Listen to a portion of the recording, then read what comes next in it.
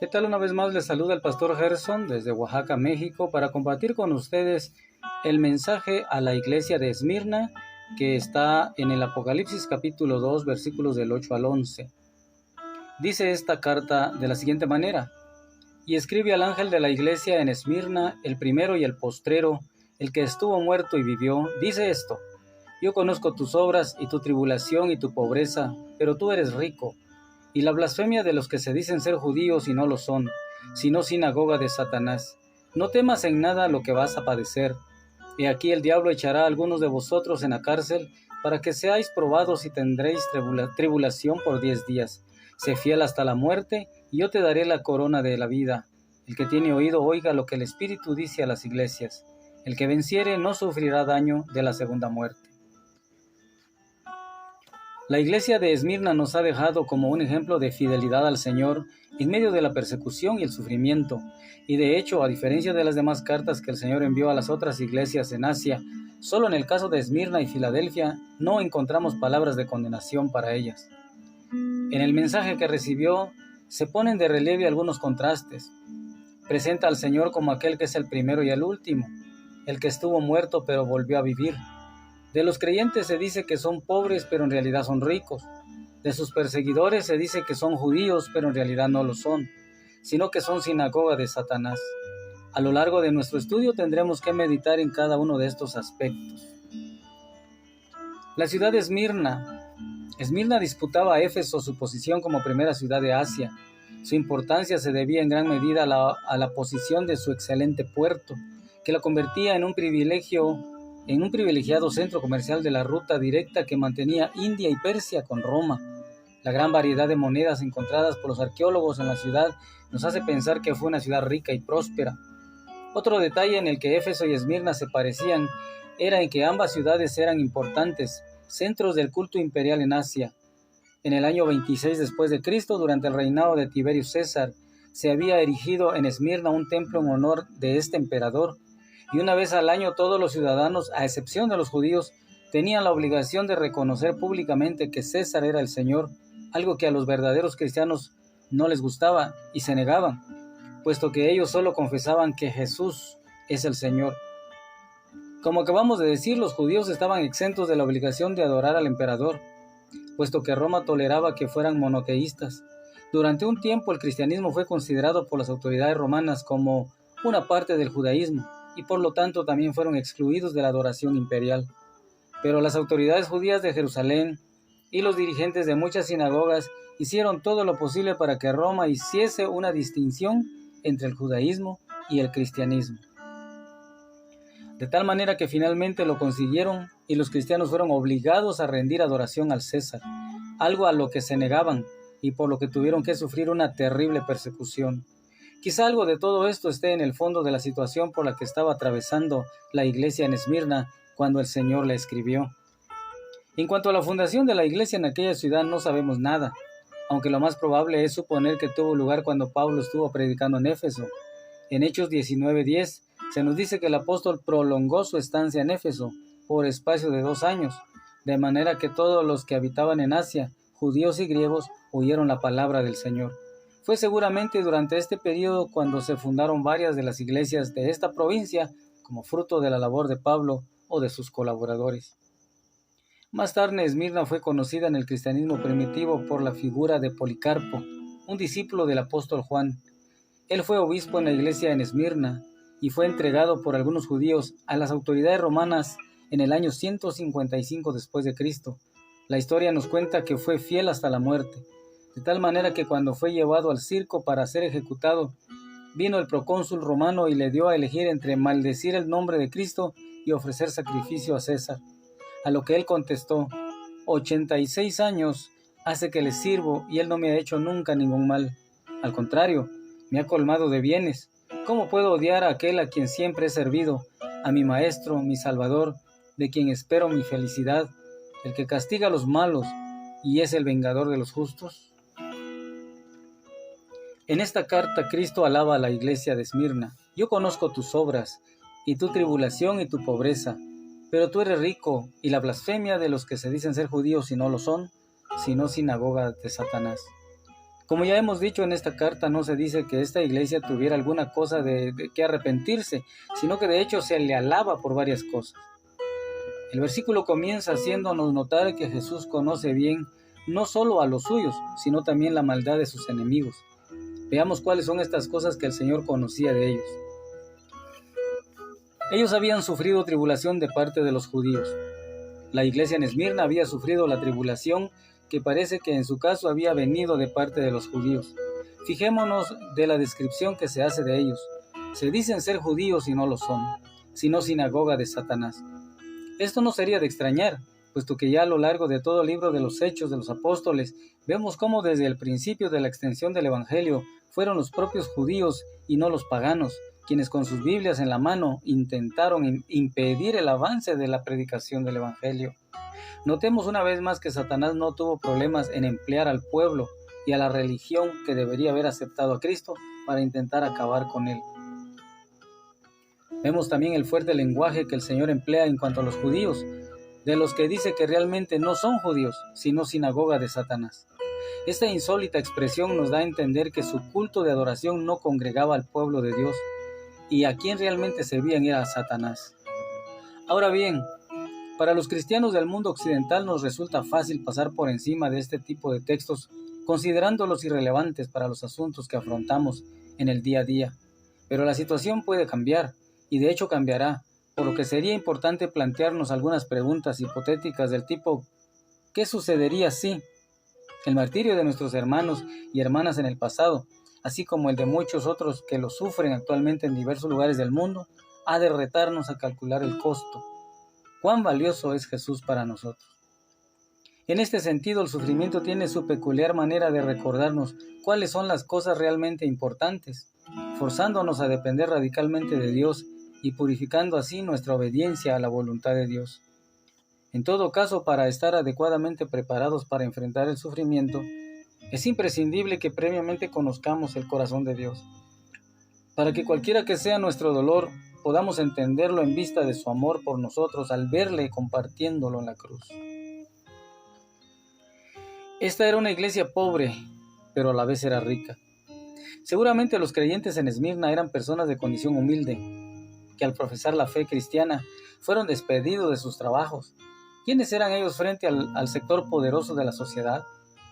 Pero una vez más, aunque los hombres se fijan y juzgan por lo exterior, Dios penetra en la realidad interior, de tal manera que Cristo les dice: pero tú eres rico, ¡qué consuelo!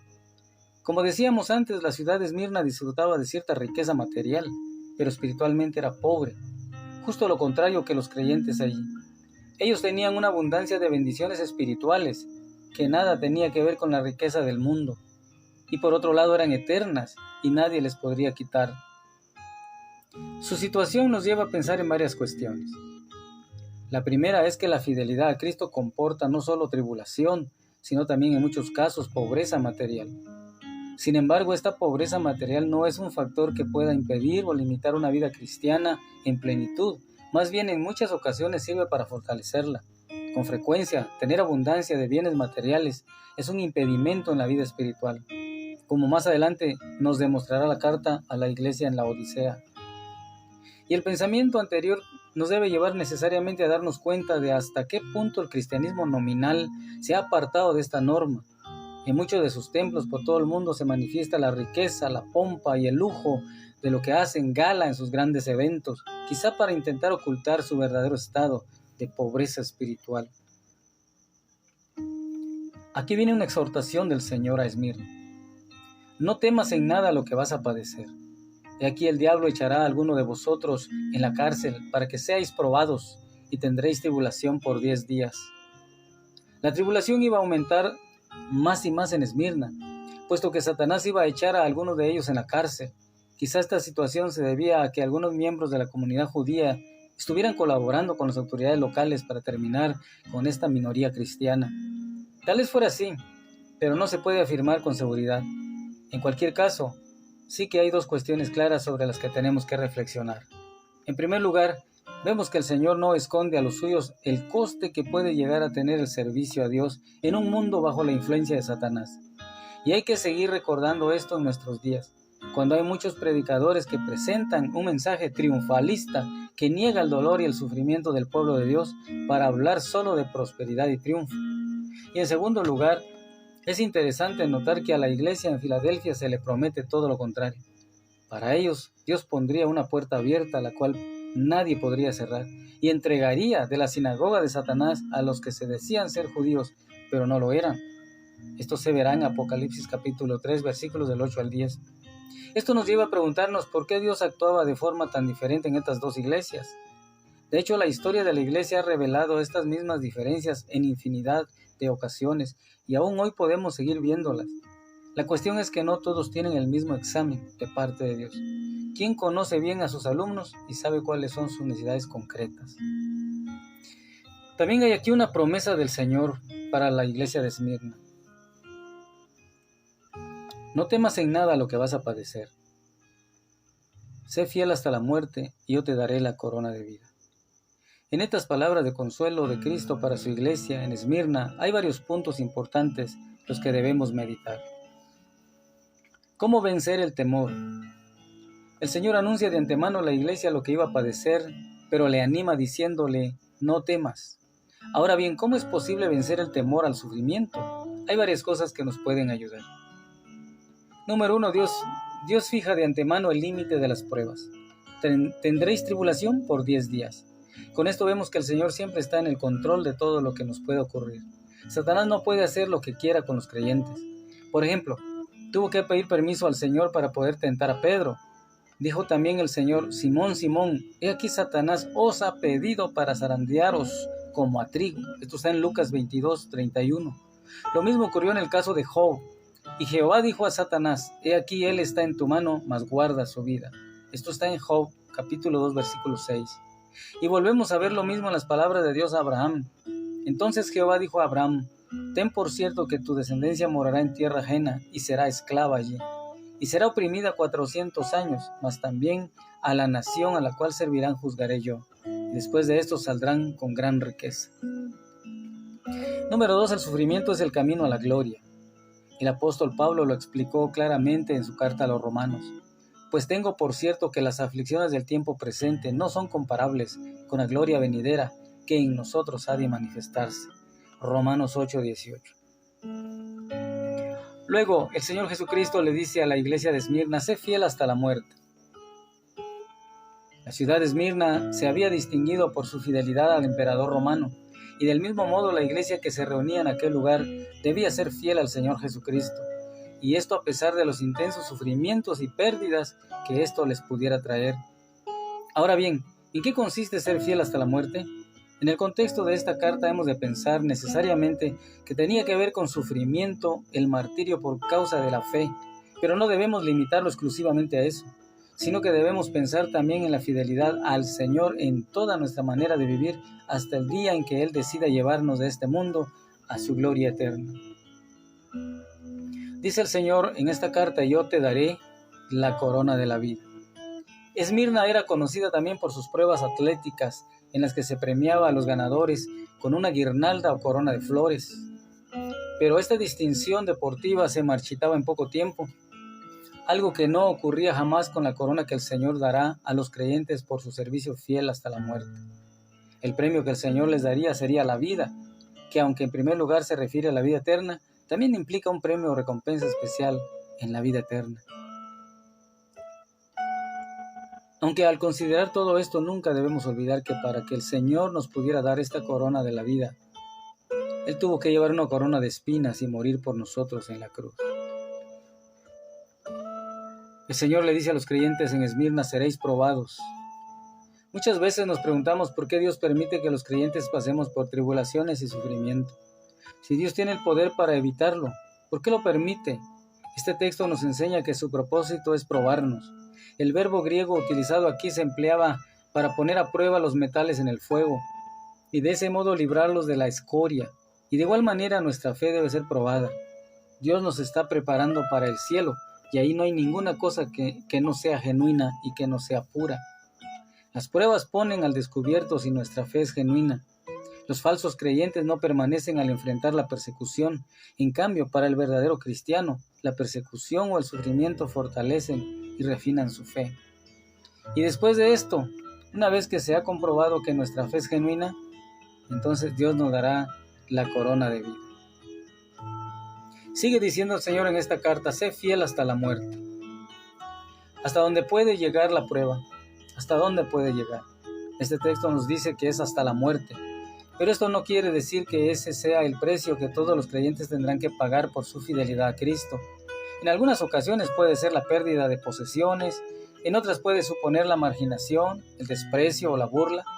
Lo cierto es que con frecuencia puede llegar a ser más difícil vivir toda la vida para Cristo que morir por Cristo en un momento determinado. La Iglesia del Señor en todas las épocas ha sido perseguida de maneras que resultan absolutamente increíbles. Cuerpos destrozados sobre el potro de tormento, envueltos en pieles de animales y echados a los toros para que los golpeasen de un lado para otro. Personas cubiertas de alquitrán y quemadas vivas para servir de iluminación en las festividades paganas. Y un sinfín de atrocidades similares. Muchas de estas historias de sufrimiento son narradas en el libro de los mártires. Pero de igual modo que Jesús venció al morir, los santos también vencen a este mundo infiel. Sigue diciendo el Señor Jesucristo en esta carta: yo te daré la corona de la vida. Esta es la exhortación con promesa. Es verdad que el Señor no promete a su pueblo ser librado de la muerte o el sufrimiento en este mundo. Más bien les exhorta a ser fieles hasta el punto de llegar a morir por su causa. Pero juntamente con ello les promete una recompensa, la corona de la vida. Este es el premio por la perseverancia. Veamos cómo lo expresó Santiago. Dice Santiago 1:12: bienaventurado el varón que soporta la tentación, porque cuando haya resistido la prueba, recibirá la corona de vida que Dios ha prometido a los que le aman.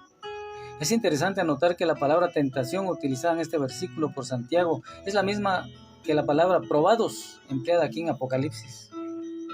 Así que somos bienaventurados cuando somos probados a través de la tentación y resistimos. Los recursos que el Señor tiene,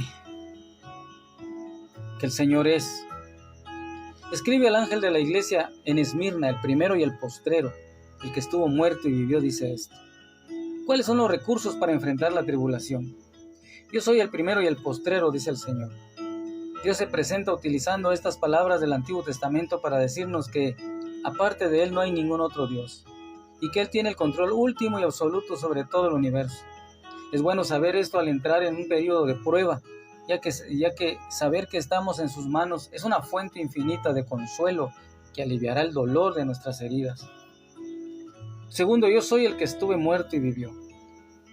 A continuación, el Señor les dice que Él ya había pasado por esa experiencia, la experiencia que ellos estaban a punto de atravesar. Por un lado, se identifica con su iglesia sufriente, pero por otro, le muestra su propia victoria sobre la muerte. El énfasis aquí está en el triunfo de su resurrección, que al fin y al cabo es compartido también por todos aquellos que creen en Él.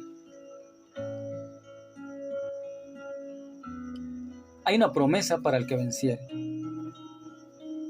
El que tiene oído oiga lo que el Espíritu dice a las iglesias. El que venciere no sufrirá daño de la segunda muerte. Esta promesa viene precedida nuevamente por una exhortación a prestar atención al mensaje de manera personal. El que tiene oído, oiga. Y en cuanto a la promesa, dice lo siguiente: el que venciere no sufrirá daño de la segunda muerte. Ya explicamos en el comentario al mensaje a la iglesia en Éfeso que los vencedores son aquellos que han creído en Cristo. A ellos se les dice ahora que no sufrirán daño en la segunda muerte. ¿Qué significa la expresión la segunda muerte? Debemos notar que la Biblia habla de dos muertes. La primera es la muerte física que tendrá lugar en la tierra. La segunda es la muerte eterna, la separación eterna de Dios en un lugar de tormento y sufrimiento conocido como el infierno, según Mateo 10:28. O el lago de fuego y azufre que arde eternamente, según Apocalipsis 20:14 y Apocalipsis 21. No se trata de la aniquilación de la personalidad, sino de una separación de Dios, la fuente de toda vida, en un estado de conciencia en el que se sufrirá una eterna condenación. Es muy triste pensar que va a haber muchas personas en el infierno, sufriendo eternamente por sus pecados, pero Dios no puede hacer otra cosa. Sería tremendamente injusto que Dios obligara a las personas que durante toda su vida han dicho que no quieren saber nada de Dios, a que pasen la eternidad entera adorando a un Dios a quien no aman ni reconocen. Finalmente tendrán lo que han deseado, teniendo que vivir durante toda la eternidad separados de la gracia, la misericordia y el amor de Dios. Por supuesto, la muerte segunda es muchísimo peor que la primera. Oremos para que el Señor nos libre de la prueba, si así le complace, pero pidámosle también que Él prepare nuestros corazones de antemano, si su deseo es que tengamos que glorificarle con nuestra muerte. Así que esta carta nos anima, nos exhorta a ser fieles hasta la muerte. Un creyente verdadero debe ser fiel hasta la muerte, a pesar del sufrimiento, a pesar de las pruebas, a pesar de lo que venga, a pesar de esos nuevos vientos de doctrina que arrastran a millares de creyentes hacia una mentira. El creyente verdadero tiene que mantener su mirada, su esperanza en Cristo Jesús. ¿Cómo está tu vida, tu relación con Cristo? Pregúntate a ti mismo, ¿estás dispuesto a morir por Cristo si es necesario? ¿Has realmente confiado en Él? ¿Has realmente creído en el Señor? ¿Te has arrepentido verdaderamente de tus pecados? ¿Estás escondido en Cristo? ¿Está tu fe segura en el Señor Jesucristo? ¿Es Él tu Salvador? ¿Es Él tu Señor? Reflexiona, porque el Señor nos invita a ser fieles hasta la muerte. Que el Señor les bendiga.